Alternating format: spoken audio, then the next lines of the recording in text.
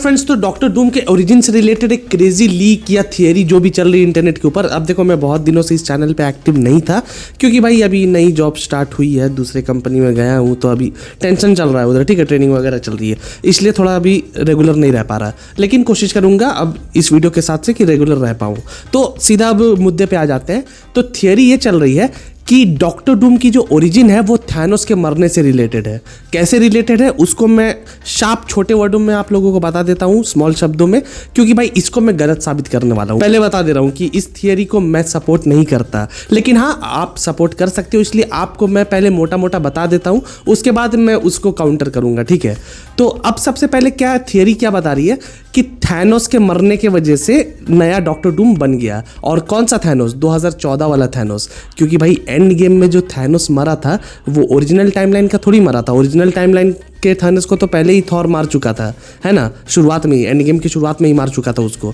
तो वो था ओरिजिनल टाइमलाइन वाला थैनोस जो मूवी की शुरुआत में ही मर गया। उसके बाद 2014 वाला थैनोस आया 2023 में, मतलब एमसीयू के टाइमलाइन के हिसाब से बता रहा हूँ, एंड गेम का टाइमलाइन 2023 की थी, तो 2014 वाला 2023 में आया टाइम ट्रैवल करके, और उसको टोनी स्टार्क ने वैनिश कर दिया चुटकी बजा के। और उसको वैनिश जब टोनी स्टार्क ने किया तो भाई वो खुद भी मर गया, तो यहाँ से टोनी स्टार्क का आँख खत्म हो गया। तो ये तो हम लोग जानते हैं, लेकिन थियरी अब ये बता रही है, जो थियरीज चल रही है इंटरनेट के ऊपर, वो ये बता रही है कि क्योंकि 2014 वाला थैनोस फ्यूचर में आ गया, तो हुआ क्या, उससे एक अलग टाइमलाइन बन गई, ठीक है। हाँ, लॉजिकल भी लग रहा है कि 2014 वाला थैनोस जब फ्यूचर में आ गया तो एक अलग रियलिटी तो बनेगी, क्योंकि भाई एंशिएंट वन ने एंड गेम में ही तो बताया था हल्क को कि अगर कोई भी समय मणि अपनी जगह से उठा लिया जाए, अपनी जगह से हटा दिया जाए, तो बहाव बढ़ जाता है, एक अलग टाइमलाइन क्रिएट हो जाती है। तो भाई यहाँ तक तो समझ में आ गया, लेकिन एक और चीज़ है ना, जैसे लोकी अपने पाथ से हट गया था 2012 में, जो उसने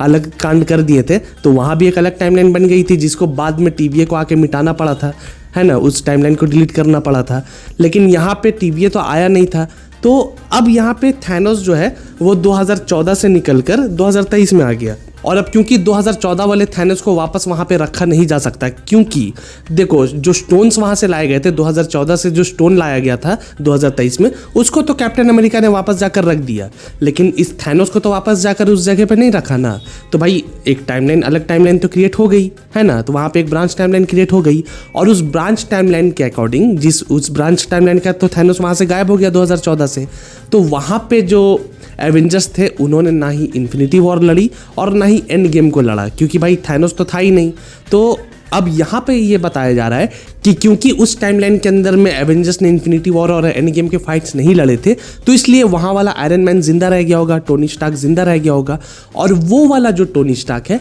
वो आगे जाकर डॉक्टर डूम बना, क्योंकि उसको एनी हाउ वो पता लगा ही लेता टाइम ट्रैवल कॉन्सेप्ट के बारे में, आज नहीं तो कल, और फिर आगे जाकर वो टाइम ट्रैवल करता, पागल हो जाता, और फिर वो डॉक्टर डूम बन जाता। तो ये एक्चुअल थियरी है, सेंस भी बना रही है, लेकिन भाई अब मैं इसको थोड़ा सा काउंटर भी करना चाहूँगा, क्योंकि मेरे को ये थियरी नहीं जमती, तो इसलिए अब मैं बताता हूँ कि ऐसा पॉसिबल क्यों नहीं है। तो अब देखो 2014 से जो पावर स्टोन या जो भी स्टोन आया था, याद नहीं अभी फिलहाल मेरे को, तो जो भी स्टोन 2014 से यहाँ पे लाया गया था 2023 में, उसके वहाँ से निकल जाने की वजह से एक ब्रांच टाइमलाइन बनी थी,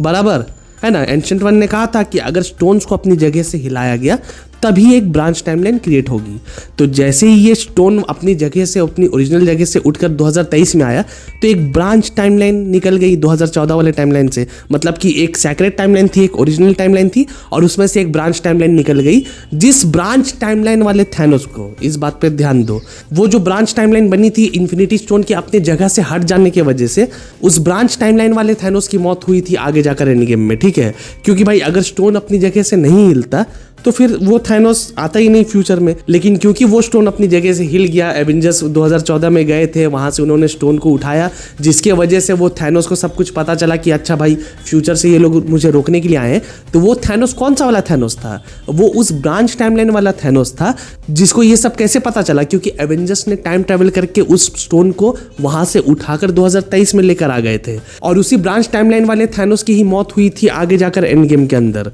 मतलब वो वापस फ्यूचर में आ गया था, मतलब वापस नहीं, फ्यूचर में आ गया था, एंड फिर उसकी मौत हो गई थी। लेकिन भाई अब जब लास्ट में कैप्टन अमेरिका वापस से 2014 में जाकर स्टोन को उसी जगह पे रख देते हैं, तो यहाँ से क्या हुआ, सारी चीज़ें रीसेट हो गई। इसका मतलब ये कि उस स्टोन को अपनी जगह से कभी हिलाया ही नहीं गया, जिसके वजह से हुआ ये कि वो जो ब्रांच टाइमलाइन बनी थी स्टोन को अपनी जगह से हटाने की वजह से, वो कैप्टन अमेरिका जब वापस जाकर रख देते हैं तो वो ब्रांच टाइमलाइन क्या हो जाती है, इरेज हो जाती है ना। तो जब वो ब्रांच टाइमलाइन इरेज हो गई तो उस टाइमलाइन का अब कोई मतलब ही नहीं बनता भाई, उसको उखाड़ के फेंक दो, पेड़ से निकाल के फेंक दो उसको। तो अब जब वो जो ब्रांच टाइमलाइन एग्जिस्ट ही नहीं करती तो उसके अंदर का इंसान मर गया या जिंदा है डजंट मैटर, समझे। तो एक्चुअली में जब वो ब्रांच टाइमलाइन वाला थैनोस मर गया आगे जाकर, और बाद में कैप्टन अमेरिका ने जब स्टोन वापस रखा और उस ब्रांच टाइमलाइन को वापस से इरेज कर दिया, तो भाई 2014 वाला थैनोस फिर वापस से रीसेट हो गया और वो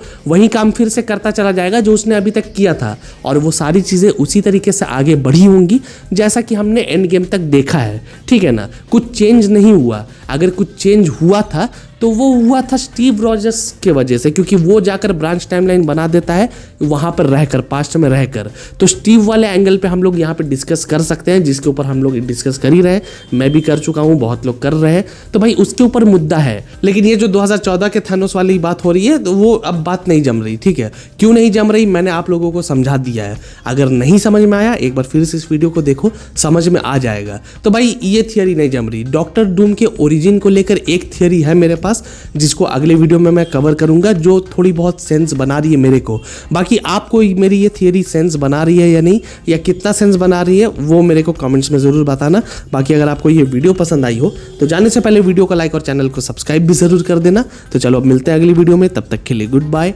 टेक केयर।